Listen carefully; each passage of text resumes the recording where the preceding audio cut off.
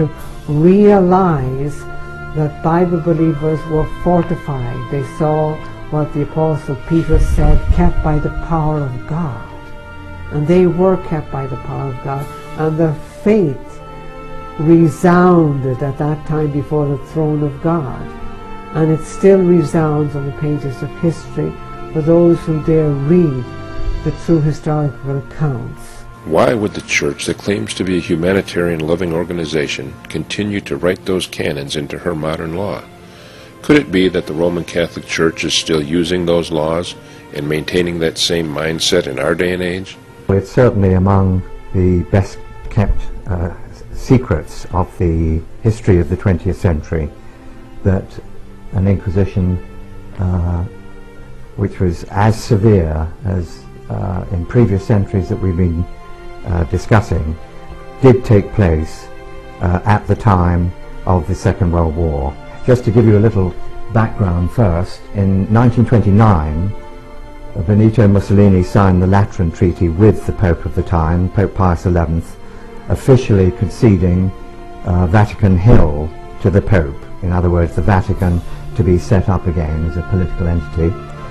And the papacy once again became a sovereign civil state. The legal agreement with Mussolini was just the beginning of the concordats that were to be established with many nations, perhaps the most infamous being the one between Pope Pius XII and Adolf Hitler. And the Vatican formed alliances with the following Roman Catholic dictators, among others: Benito Mussolini, Adolf Hitler, Francisco Franco in Spain, Antonio Salazar in Portugal, Juan Perón in Argentina, but the most brutal and bloodthirsty of all of them was Anton Pavelić in Croatia. According to a memorandum in the documents of the United States Army's Counterintelligence Corps, dated the 12th of September 1947, agents hunting escaped Nazi war criminals after World War II purposely avoided capturing one man because, to quote the document, his contacts are so high and his present position so compromising to the Vatican that any extradition of the subject would deal a staggering blow to the Roman Catholic Church. The man was Anton Pavelić, head of the new nation-state of Croatia, carved out of Yugoslavia during the war. During Pavelić's 4-year reign, he and Roman Catholic prelate Archbishop Alois Stepinac pursued a convert or die policy among the 900,000 approximately Greek Orthodox Serbs, Jews and others in Croatia. 200,000 were converted. 700,000 who chose to die were tortured, burned, buried alive or shot after digging their own graves. This appalling persecution was carried out by the Ustashis, including many of the worst atrocities of the whole Second World War. Certainly the mutilations were horrific and the savagery was terrible. The Catholic Church did not leave the execution of a religious war to the secular arm on this occasion. She was there herself, openly ignoring precautions and bolder than she had been for a very long time. Wielding the hatchet or dagger, pulling the trigger, organizing the massacre, the Roman Catholic priesthood became again its own instrument of inquisition. Many of the Ustashi officers were priests or friars who were sworn to fight with dagger or gun for, quote, the triumph of Christ and Croatia.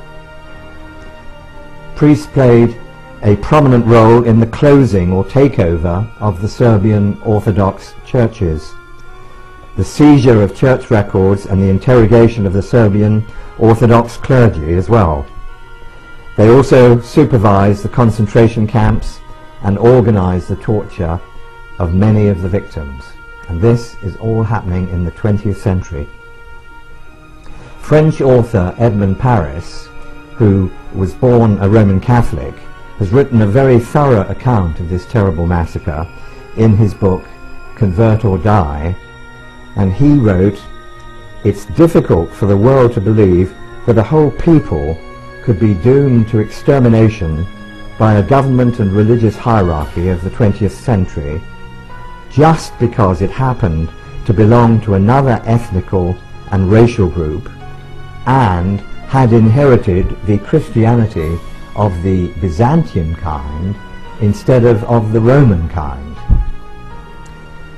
The world does not in fact know and is thus unable to understand fully all this background in the Second World War to what happened in the Balkan Wars of the 1990s in Yugoslavia, after the Vatican, note the Vatican, led Western nations in recognizing Croatia as an independent sovereign state.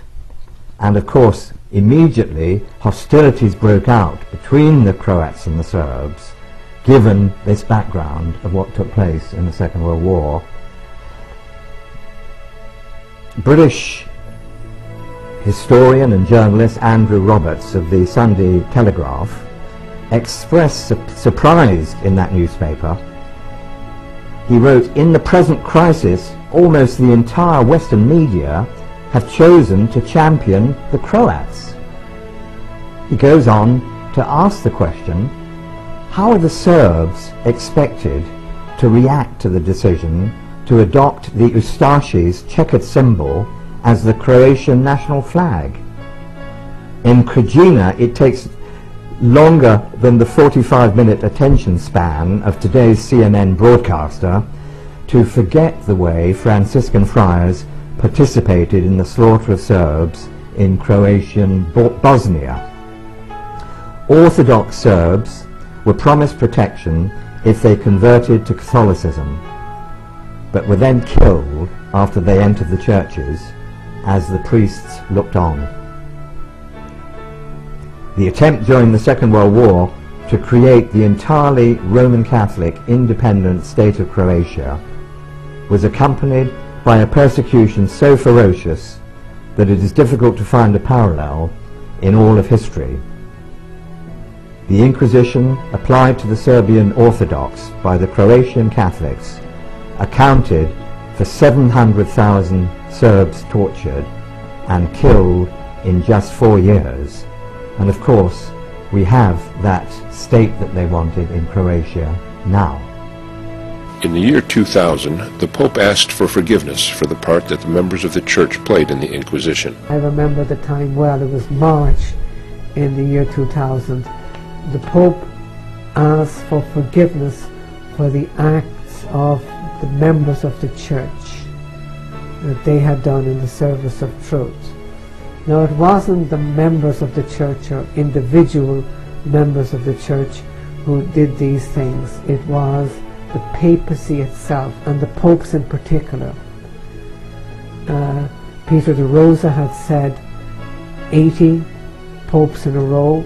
In my study of going through one after another of popes in the past, as I have studied history, I have seen that I can document at least 75 popes in a row who have upheld torture. And this is historical fact. It was the popes that gave the authority, as we saw. Lord Acton said it was primarily an institution of papal Rome. Even under Isabel and Ferdinand in Spain, under the famous Spanish Inquisition, it was still under the papal inquisitors that the authority came and that the devices of the tortures were given by papal Rome. So for the Pope to apologize that it was somehow members of the Church, this is a total mock